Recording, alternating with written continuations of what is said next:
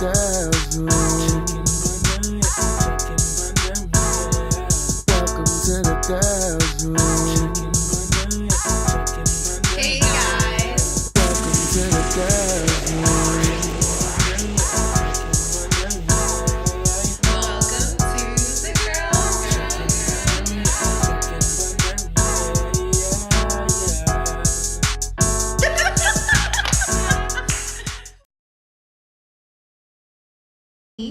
And today, the story time we're going to tell you guys is the story time where we basically scammed men on the internet for that money for over 6 months.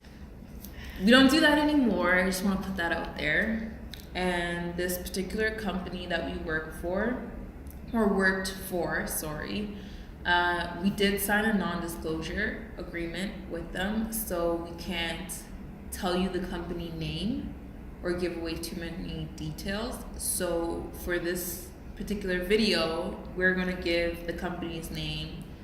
We're going to call it Cornhub.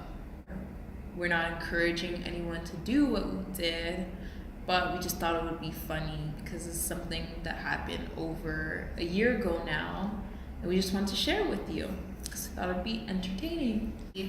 I was on Indeed because Indeed is the best. It got me all my last couple of jobs, Indeed comes so clutch. Post a little resume, apply that little orange button. That's my bestest friend. So I just, typically when I'm looking for a job or I need something like a second job, I just go on Indeed and I just apply, like 10,000 jobs in one sitting. Not 10,000, but you get what I mean. I just apply, whatever I'm qualified for. You need to work. I should be a millionaire, right? No. But, I just apply for whatever is open, whatever I'm qualified for. So, I saw this job. It was it was advertised, my bad. It was advertised as a marketing type of job. And it was something where we were catering to customers' needs. It caught my attention. It did say you could make your own schedule, which was really good because I was a full-time student. I still am. And you guys know how hard it is going to school and working or just trying to find something that works at school. And I think at the time I was in my second or third year of university. So I was going to school probably 3 days a week steady. And I was probably working at this job the other 4 days a week. So I was literally 7 days a week. You could say I was working because I was doing something. I was busy. And the other thing about this job is that, for me, the biggest thing was the potential of how much money people were putting out there that you could make. And even though they were technically paying us hourly, they did mention that there was opportunity to make bonuses on top of your hourly amount of money. And so while she was in school, was I in school at the time? I think you were. Yeah, I believe I was in school. I was in school. I was in school. I was also working a part-time job and I was doing this job. So as difficult as it was to go to school, go to work, and go to this next job, somehow I made it happen because once I got that first paycheck, it was so hard to not get addicted to not having to worry about money. You know what I mean? So that was the biggest thing for me. That was extra motivation to do this job. And even though it wasn't my necessarily cup of tea, I had to put my morals aside and get to it. I applied on Indeed and I got a call back, in probably 2 days. I was at school. I was actually with one of our other close friends. And we were in a study room just doing homework, and I got a call. And we're gonna give her a name just in case she doesn't want to be a part of the video. I don't know what to call her. Well, she likes the color teal, and I got teal on my nails, so we're gonna call her Teal for the sake of this video. Yeah. Okay, so Teal and I were in the study room and we were working and I got the call and it wasn't a number I recognized, but I answered because like I said I had applied to a bunch of jobs, so I was kind of expecting to get calls back anyways. So typically I don't really answer my phone if I don't know the number. I mean, I don't even answer my phone, period. I better could call her text. like 1, 2, 3, 4 times, and the bitch will sit there like,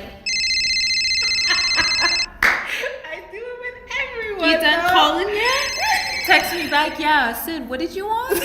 Like, I'm dying. I need you to pick up the phone. I answered because I was expecting a call from the job, and he was asking me like all those typical job questions, like, "Oh, tell me about yourself. What were you previously working at? What do you want to do? Where do you see yourself in a couple years? Like, what are you doing in school?" All those types of things, and I was answering them pretty confidently because I mean, at this point, like I've worked a few places. I kind of know what to expect from an interview, and I kind of know what I'm gonna say, whether I'm changing it up a little bit to suit the job. So, you know, I was pretty confident what I was saying. I was pretty like excited because I was like, yeah, I'm killing it, whatever, I'm about to land this job. I was talking to Teal when I was putting the phone on mute. I'm like, yo, I got this. This is gonna be the one, because she knew I was looking for a job too.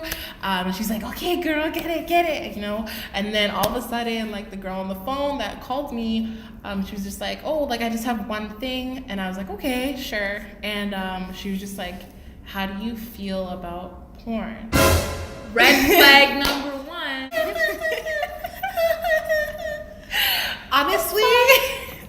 Honestly, I didn't have a problem with it. Like, I don't know. I didn't have an issue with it at first. Not to say like I'm a sexual person or whatever, but I don't have a discomfort in that stuff. So I was like, I mean, what do you mean? And then I wasn't gonna tell her right off the bat, nah, I'm good. Okay, like, what do you mean? You know, I was just trying to get more out of her because to me it just seemed really like weird. Left field. Like I said, the ad didn't say anything like this. So she was just like, oh, well, I just have one thing. The job kind of requires that you be exposed to soft. And I was like, oh, like I guess she could tell on the phone, like I automatically wasn't like the same confident, bubbly person I was 2 seconds ago.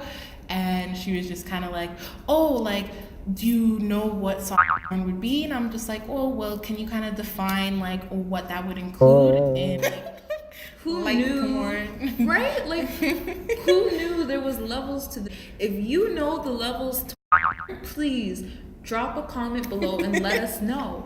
Let me know. Or if anything, let us know what your favorite level of is. Yes, because I'm please. interested. Are you into the medium? It would include girl on girl, a bit of masturbation. A bit. Yeah, she said a little bit of like group play, like I forgot the terms now. I used to be so wicked at this. I used to know what everything was because I worked here. But like, what is DP. it? DP. Double like, penetration. everything. DP plus toy, anal, all this stuff. Yeah.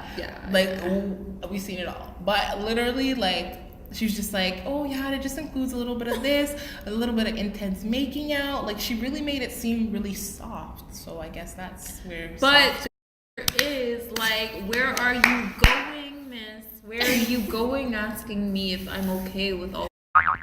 Yeah. You're expecting me to bring my toys to your office and perform? Like, why are you asking me these questions? That you want to know what my body count is, miss? Yeah. Goodbye. So Goodbye. she was just like, oh, like, are you a virgin? And I was like, Come again? Like, no, but like, you know, I guess she kind of like could sense like I was just a little like weirded out, whatever. Who wouldn't be? Yeah, it was just really, it was definitely a red flag, but I was still like so into just getting this job. Like, I don't know what the hell is wrong with me. So I took the phone off mute again. The lady was just like, yeah, like, I really like you, and I think I'm gonna bring you in for a second interview with me. Oh my god, my throat. Anyways, and I was like, okay, yeah, I'm down to come in. So I think I went in for an interview like either over the weekend or later that week. It all happened really quick. And it was downtown Toronto, so I had to take the bus there. And if you guys know transit, the TTC in Toronto, shit, you ain't going nowhere. we're not the rocket. You're not rocketing nowhere. Did the application. I did a little typing test with her. Basically got the job. I started probably like a few days later. Like it all happened super quick. And like I said, I got put on for morning, so I did 6 a.m. to 12. I did the afternoon shift, and I also had another job. So I was balancing school life, my other job, and this job. So a lot of the times, even though I had an afternoon shift, on the weekends, I would have to do like overnight shifts. So I would come at 12 a.m. and leave at 6 or 8 o'clock in the morning, go home, sleep for like 2-3 hours, and then go to my other job from 12 p.m. till 6 p.m. in the afternoon, or 6 p.m. in the evening, then have to do homework, this, that, and third, and then be at school. Yeah. Like, it was a lot to handle, but you have to understand, if I'm doing all of that and getting 3-4 hours of sleep, if that, then clearly the money was good. Yeah. You know, that's the one thing that had me going for so long. The money was fucking easy money. When I say easy, it was easy money. Anybody see could these have done this fingers? job, honestly, anybody. Yo, these fingers are magic, okay? These are my I little can't. money makers. Literally. And just like you, like I was probably working like 33 hours a week, and being a full-time student. I'm still a full-time student. So just imagine that, like doing hourly. I can't remember what the hourly wage was back then, but I don't know either. whatever. But 32 hours a week, usually full-time is considered 37 and a half. So you could see just how close I was pushing it, but I needed the money. I needed to work. This company That basically threw money at you. Yeah. Like, you got your hourly wage plus your bonuses. The bonuses were like, if you hit high tier bonuses, you were able to get like 10% of what you made more. If you hit like mid range, it was like 4%. And then even if you were below, you still took home 2% like more. So you can see there, like you were still making money on top of money. Like they were just giving it away for the hell of giving it away. And on top of that, they did like so many like they would order food for all of the staff, like not once a day, but 3 times a day, obviously. But then, Shift work. And then also they would do contests every week. And that's the thing that kind of made it sketchy. The fact that it was like the amount of money that they were willing to throw at each individual employee if you met your correct tiers. When you added up everything that they were throwing as bonuses, not as regular wages, but as bonuses to everybody collectively, it was like, so if you have enough money to be throwing 10K collectively to everybody, all the employees on a monthly basis, and you calculate that for the year, so 10K times another 10 months. How are you guys affording that? If you can afford that, and it's no big deal to be throwing that type of money at your employees, then you as owners, because it was a small business, right? It's not a big corporation. It's a small business with a few owners. So if you as owners have enough money to be throwing an extra 10K on top of your employees' wages every single month, then how much money are you making? Like, you're making crazy money as business owners. Because so that to me was like everything.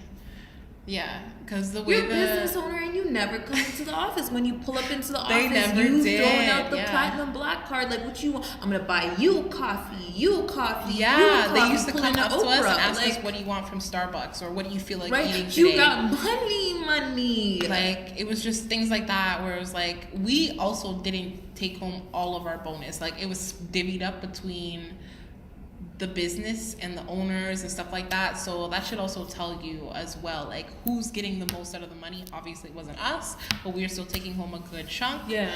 So it was a lot of money. And the type of people that work there too, like, it was just like anybody like off the street. It was just very like if you looked at our place of establishment or office, if you will, the types of people that were in the office looked like they closed their eyes, went into a downtown McDonald's, and you know how downtown, like, if you're from Toronto, you know the McDonald's on Queen specifically, if I'm not mistaken, it's the one on Queen, right?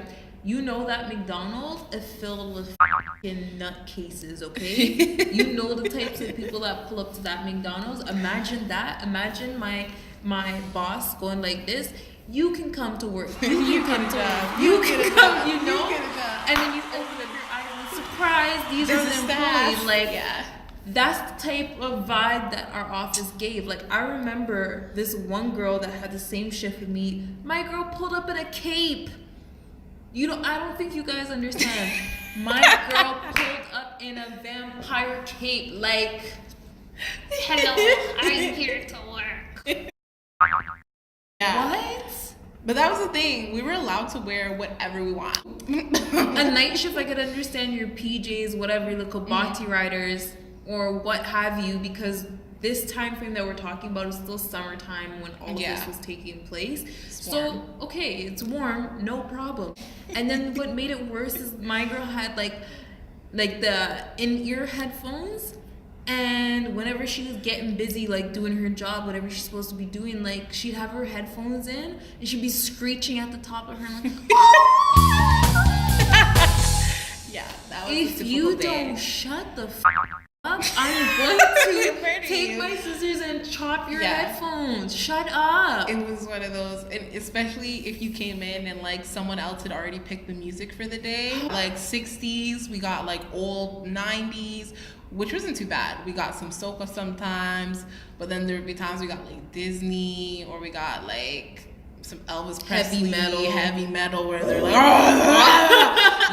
your ass wasn't falling asleep at work that day. You were kind of scared. No, but you were up. Well, Adam. And like some of these bitches would be singing like word for word, and like I'm just there looking at them like, hi, hello there, Sally. Like, Right? You're not Are you alone. okay? Do you want to We're talk all about here. something? Like, is there something going on at home?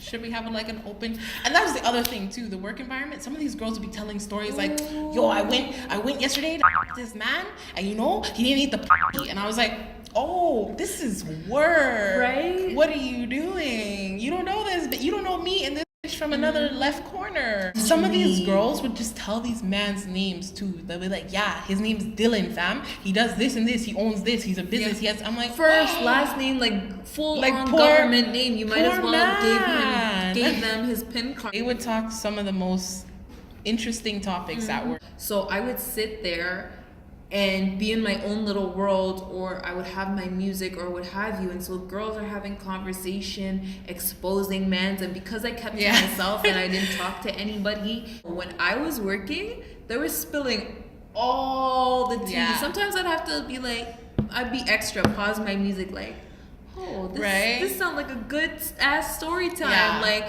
what else happened? Definitely not a dull moment. I mean, I did meet some really cool girls from there that I still actually have on social media, and like they're really cool. Those ones weren't weird. They're actually pretty like fun. I went out with them a couple times. We had like a few parties. They're cool. I don't have a problem with them. They know who they are. Obviously, I still have them on social media. Y'all are fine. I'm not talking about you, but there's a few No, there weird was a ones. few, yeah, that was out just- there. and they know Looking at them it. You sideways. know it, but it's okay.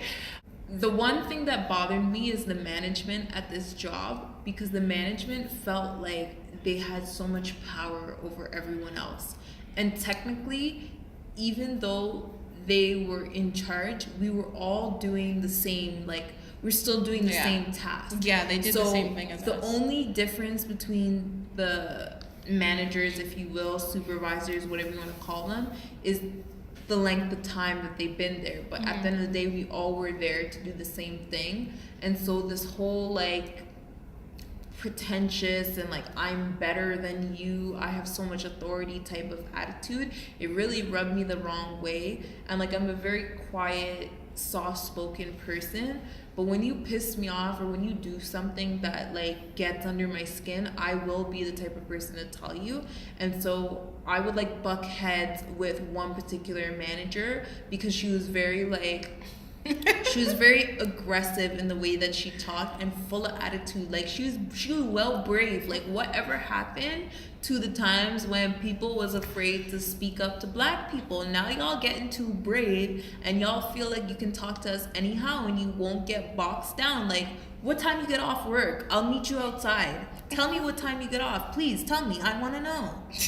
Cause it's like the way she would talk to me is like I'm nothing. And I was Yeah. like, but aren't you doing the same job that I am? So what makes you better than me? Yeah. I don't know. And it was just like she was okay with me. Sometimes a little bit of tude, but it was mainly like you. She would really just like she lived to come for you. Like I don't know why. She would get under my skin. Like I didn't do, and like I said from the beginning, I didn't do not a damn thing. I was the one person that didn't cause trouble, that didn't skin out, that didn't, expose mans, nothing like that. I didn't talk to not one person. The only people I talked to was the managers. I would greet the managers in the morning, and they were like cranky, not full of tube, but they were cranky in the morning. Like they weren't the type of people like you would walk in the room and they'd be like, "Good morning, how was your day?" Yeah. But even though I'm not a morning person, like I grew up with broadcasting. That's what you do when you enter a room and a place of business. You greet the people you work with. So even if they would give me some stink ass face, I'd still be like, "Oh, good morning, how are you?" That type of thing, and then go sit and do whatever I gotta do. Mm-hmm. And so this one particular manager, like I would say hi to everyone else, everyone have a problem, go to do my business, and she'd find herself at my desk. Or we had like little like old time MSN Messenger. She'll type me a little message, "Why are you 1 minute late?" Bitch, it's 1 fucking minute. You sat there and looked at the time and waited for the time to say 8:01. Yeah. It's like you were typing. You already typed your message and you saw it said 8 o'clock. You waited till the time said 8:01 and then you sent enter. Why you 1 minute late? Like They were super adamant on coming time for though. me. Like always. punctuality was like you were there for your shift, or it was like no, you're getting rid of Yep. right away. Facts, It was facts. and like that was the only part I probably hated the most about the job, because they would cut your bonus if you got 3 write-ups in a month. Like, let me just tell you, this job is so sketch. This same manager, let me I have to think of a name for her so that I can refer to her properly. I was about to say her actual name. We're gonna call her Crotches. So Crotches, this is how sketch the job is. Crotches didn't even tell her baby daddy where she works. And she's been working at the damn company for like 4 years. Crotches. Crotches, what are you doing? What do you tell your daughter at night when you're leaving at 3 a.m. in the morning? Like, obviously, I know she's supposed to be sleeping, but you coming home at like 7, 8 a.m. Like, does your baby daddy take her to school? Like, what do you tell her? Yeah, it was kind of sketch. I Like, don't know. that should highlight how sketch this job was. So I'm sure you Yeah. guys are like wondering what the were you guys doing. So Yeah. we're really gonna give you the tea. So Pornhub basically advertised for us to be marketing and customer service reps. And at the end of the day, the reason why this lady from the beginning of the story, not Crotches, but the other one. Yeah, the recruiter. Yeah, the recruiter. So basically what the recruiter ended up explaining to us was that we were going to be hired as professional catfish. I'm sure you guys can name 10,000s of illegal downloading or movie sites, whatever you want to call it. Point is, when you go to those movie sites, in the little corner, little pop-up videos that show your cam girls, like. So this particular Pornhub company decided that they were going to hire us as professional catfishers, and we were going to catfish men pretending to be these girls on the internet. Before I continue, I'm going to put out a disclaimer. I did not take off my clothes, my drawers, shake my ass for no old creepy ass men. No. There was none of that. We were not partaking in any. Not at all. I didn't bring my toys. I didn't do any of that. Like, those are at home in a box, locked away. They didn't even know who we were. No. And so these men would pay to actually They have would access actually pay like to talk to a lot these of money. girls. And so they would interact with the video or just watch the video and like shit. Yeah. We'll save that for couldn't another. See them. Sometimes we could. Sometimes. And we'll save that for another video Yeah. where we explain how we saw them without them seeing us. Yeah. It was so easy as long as you interacted with these men and you some kept way. the fantasy Yeah. going. Even some of them and- didn't want like you to be naked. Yeah, They just exactly. wanted someone to talk to. They would which tell was you they're sad. lonely. Yeah, that was was super sad. Yeah. And it was weird at first. It's like kind of weird. Why Like, would why you are you like coming to a you could webcam? yeah, to, like there's so many free chats like Exactly, out there that like- you could be talking to people, I and don't then know. like sometimes there would be times where we would try and entice and try and get to the point of Yeah, and them they were just asking not having it. us- Like, no. Yeah, exactly. Yeah. So that's basically how we came about scamming men on the internet for money for months. They would think that they're talking to these cam girls when really they were talking to Catfish, which was us. Yeah. And as long as we kept the facade going and the fantasy that they were talking to these girls, we got paid for it. And the more they fed into this fantasy and the more that they talked to us in one particular session at a time, the more potential for money that we could make. I'm pretty sure that the grounds of what we were doing was to an extent illegal. I mean, Probably. obviously now looking back on it and seeing all the red flags of the company itself, they probably weren't allowed, not even probably, what am I saying? They aren't allowed to operate in Like the that, way that they yeah. were doing, which is where the non-disclosure came in, so that we They were couldn't protecting legally themselves. And come for them. But at the end of the day, this is why we put out a disclaimer and said we're not encouraging people to do what we did. I'm not saying it's right. Part of me taking part in this job and why I started to lose interest, even though it was easy money halfway through and I kind of just gave up, is because I always felt conflicted with my morals.